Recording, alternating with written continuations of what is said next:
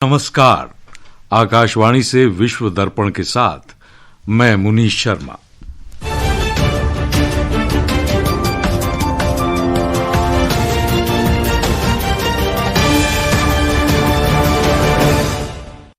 मुख्य समाचार।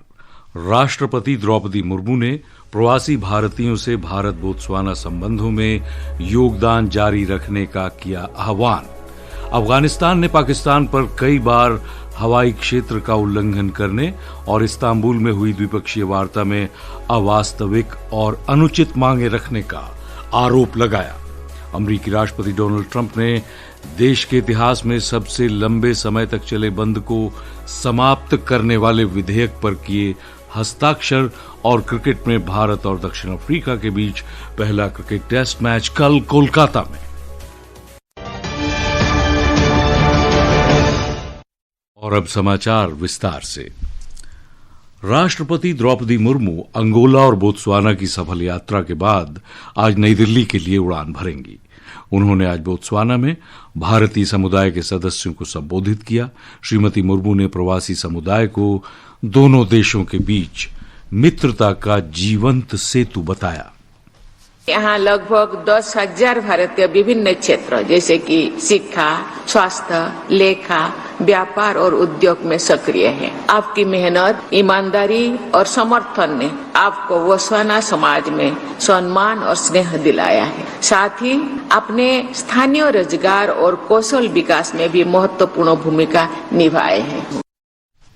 राष्ट्रपति मुर्मू ने कहा कि भारत 2047 तक विकसित राष्ट्र बनने के लिए परिवर्तन के दौर से गुजर रहा है और प्रवासी समुदाय भी इस विकास यात्रा का एक अभिन्न अंग है। भारत आज एक परिवर्तनशील दौर से गुजर रहा है। हमारे युवा और प्रतिभाशाली जनसंख्या, मजबूत अर्थव्यवस्था और नवाचार की भावना हमें 2047 तक एक विकसित राष्ट्र बनाने के लक्ष्य की ओर से जा रहे हैं। Digital India, make in India, startup India और स्वच्छ भारत जैसे पहले भारत को नई ऊंचाइयां तो ले पहुंचा रहे हैं। राष्ट्रपति ने हाल ही में दिल्ली में हुए आतंकी हमले में मारे गए लोगों के परिवारों के प्रति संवेदना भी व्यक्त की। इससे पहले बोत्सवाना ने प्रोजेक्ट चीता के तहत भारत को आज प्रतीकात्मक रूप से चीते सौंपे। इस अवसर पर गैब्रॉन के पास नेचर रिजर्व में आयोजित समारोह में राष्ट्रपति द्रौपदी मुर्मू और बोत्सवाना के राष्ट्रपति डूमा बोको उपस्थित थे। बोत्सवाना भारत में चीतों की तादाद बढ़ाने में सहायता के लिए 8 चीते सौंपेगा। एक अलग बैठक में बोत्सवाना के उपराष्ट्रपति नदाबा नकोसिन्थिगोलाथे और अंतर्राष्ट्रीय संबंधों के मंत्री डॉक्टर फेन्यू बुटाले ने राष्ट्रपति से मुलाकात की। वाणिज्य और उद्योग मंत्री पीयूष गोयल ने आज नई दिल्ली में नेपाल के वाणिज्य मंत्री अनिल कुमार सिन्हा के साथ बैठक की। बैठक में दोनों ही देशों ने भारत और नेपाल के बीच पारगमन संधि के दिशा निर्देशों में संशोधन करते हुए विनिमय पत्र का आदान प्रदान किया। ये पत्र कंटेनर युक्त और थोक माल के लिए जोगबनी विराटनगर रेल लिंक के साथ सीधे रेल संपर्क को सक्षम बना देगा। इस पहल से कोलकाता और विशाखापत्तनम बंदरगाहों से नेपाल तक परिवहन सुगम हो जाएगा। श्री पीयूष गोयल ने नई दिल्ली में कनाडा के व्यापार मंत्री मनिंदर सिंधु के साथ भी एक बैठक की। सोशल मीडिया पोस्ट में श्री गोयल ने बताया कि ये बैठक व्यापार और निवेश पर 7वें भारत कनाडा मंत्री स्तरीय संवाद का हिस्सा थी। विदेश मंत्रालय ने पासपोर्ट सेवा कार्यक्रम के उन्नत संस्करण को जारी किया है। मंत्रालय ने बताया कि इस कार्यक्रम में भारत के नागरिकों और विदेश में रहने वालों के लिए पासपोर्ट सेवा कार्यक्रम, वैश्विक पासपोर्ट सेवा कार्यक्रम और ई पासपोर्ट शामिल हैं। मंत्रालय ने कहा कि इस साल 26 मई को शुरू किया गया पासपोर्ट सेवा कार्यक्रम देश के सभी 37 पासपोर्ट कार्यालयों, इससे जुड़े 93 पासपोर्ट सेवा केंद्रों और 450 डाकघर पासपोर्ट सेवा केंद्रों में सफलतापूर्वक लागू किया गया है। भारत और श्रीलंका के बीच संयुक्त सैन्य अभ्यास मित्र शक्ति 2025 कर्नाटक के बेलगावी में विदेशी प्रशिक्षण केंद्र में जारी है। यह अभ्यास सोमवार को शुरू हुआ, जो 23 नवंबर को संपन्न होगा। भारतीय सेना ने बताया है कि यह अभ्यास दोनों देशों के बीच मजबूत रक्षा साझेदारी, अंतर संचालनीयता और परस्पर विश्वास को दर्शाता है। विश्व दर्पण समाचार आकाशवाणी से प्रसारित किए जा रहे हैं। ताजा समाचार जानने के लिए आप हमारे social media handle @AIR news Hindi को फॉलो कर सकते हैं। विश्व दर्पण में आपका फिर स्वागत है। अफगानिस्तान के विदेश मंत्री आमिर खान मुत्ताकी ने तुर्की के इस्तांबुल में हाल ही में हुई द्विपक्षीय वार्ता के दौरान पाकिस्तान पर हवाई क्षेत्र का बार बार उल्लंघन करने और अवास्तविक एवं अनुचित मांगे रखने का आरोप लगाया है। आज कड़े शब्दों में दिए गए अपने संबोधन में श्री मुत्ताकी ने कहा कि अगर उकसाया गया तो अफगानिस्तान अपनी संप्रभुता की रक्षा करेगा। उन्होंने कहा कि इस्लामाबाद द्वारा अफगान संप्रभुता के बार बार उल्लंघन के कारण अफगानिस्तान और पाकिस्तान के बीच तनाव बढ़ गया है। अफगानिस्तान के विदेश मंत्री ने आरोप लगाया कि पाकिस्तान के अंदर ISIS को अफगानिस्तान पर हमला करने के लिए प्रशिक्षित किया जा रहा है। इस बीच पाकिस्तानी अधिकारियों ने क्वेटा और चमन सहित बलूचिस्तान के कई जिलों में 3 दिन के लिए मोबाइल फोन इंटरनेट सेवाएं बंद कर दी हैं।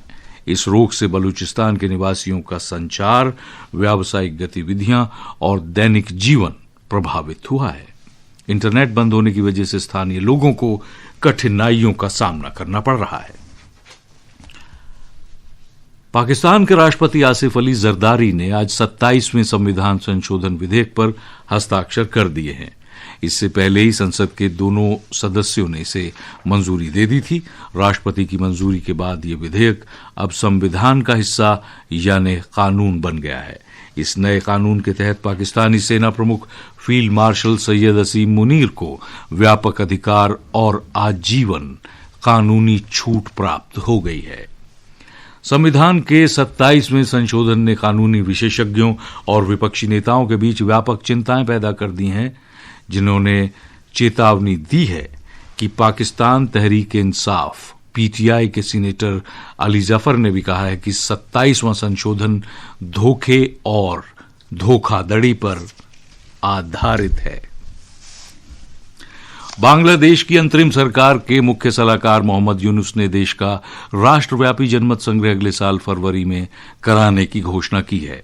टेलीविजन पर राष्ट्र के नाम संबोधन में मोहम्मद यूनुस ने कहा कि संसदीय चुनाव के साथ साथ जनमत संग्रह कराने से सुधार प्रक्रिया में कोई बाधा नहीं आएगी। अमेरिका में सबसे लंबा सरकारी शटडाउन खत्म हो गया है। संघीय कार्यों के लिए अस्थायी धन मुहैया कराने से संबंधित विधेयक पर राष्ट्रपति डोनाल्ड ट्रंप के हस्ताक्षर करने के बाद ये शटडाउन समाप्त हुआ है। रिपब्लिकन और डेमोक्रेट्स के बीच 43 दिनों से चल रहे गतिरोध को समाप्त करने के लिए सीनेट ने इससे संबंधित विधेयक को मंजूरी दी। ये डेमोक्रेट्स के लिए एक झटका है, क्योंकि पूर्व राष्ट्रपति बराक ओबामा के कार्यकाल के स्वास्थ्य बीमा कार्यक्रम ओबामा केयर के लिए सब्सिडी बढ़ाने की मांग को स्वीकार नहीं किया गया। बजट पारित होने तक अस्थायी वित्त पोषण का विधेयक सीनेट में अटका हुआ था, क्योंकि बहुमत वाली रिपब्लिकन पार्टी के पास मतदान के लिए आवश्यक 60 वोट नहीं थे। विश्व दर्पण के लिए वैष्णवी। भारत और दक्षिण अफ्रीका के बीच 2 टेस्ट मैचों की श्रृंखला का पहला मैच कल से कोलकाता के ईडन गार्डन्स में खेला जाएगा। ये मुकाबला भारतीय समय अनुसार सवेरे 9:30 बजे से शुरू होगा। Kumamoto Masters Japan Open badminton tournament में भारत के लक्ष्य सेन ने सिंगापुर के जियाहेंग जैसनते को हराकर पुरुष सिंगल्स के क्वार्टर फाइनल में प्रवेश कर लिया है। क्वार्टर फाइनल में लक्ष्य का मुकाबला सिंगापुर के पूर्व विश्व चैंपियन लो कीन यू से होगा। गोवा में फिडे विश्व कप शतरंज चैंपियनशिप में ग्रैंड मास्टर अर्जुन एरिगेसी ने हंगरी के पीटर लेको और पेंटाला हरिकृष्णा ने स्वीडन के निल्स ग्रेंडेलियस को हराकर 5वें दौर में जगह बना ली है। और अंत में इस बुलेटिन के मुख्य समाचार एक बार फिर। राष्ट्रपति द्रौपदी मुर्मू ने प्रवासी भारतीयों से भारत बोत्सवाना संबंधों में योगदान जारी रखने का आह्वान किया। अफगानिस्तान ने पाकिस्तान पर कई बार हवाई क्षेत्र का उल्लंघन करने और इस्तांबुल में हुई द्विपक्षीय वार्ता में अवास्तविक और अनुचित मांगे रखने का आरोप लगाया। अमेरिकी राष्ट्रपति डोनाल्ड ट्रंप ने देश के इतिहास में सबसे लंबे समय तक चले बंद को खत्म करने वाले विधेयक पर हस्ताक्षर कर दिए हैं। और क्रिकेट में भारत और दक्षिण अफ्रीका के बीच पहला क्रिकेट टेस्ट मैच कल होगा कोलकाता में। इसके साथ ही विश्व दर्पण का ये अंक समाप्त हुआ। नमस्कार।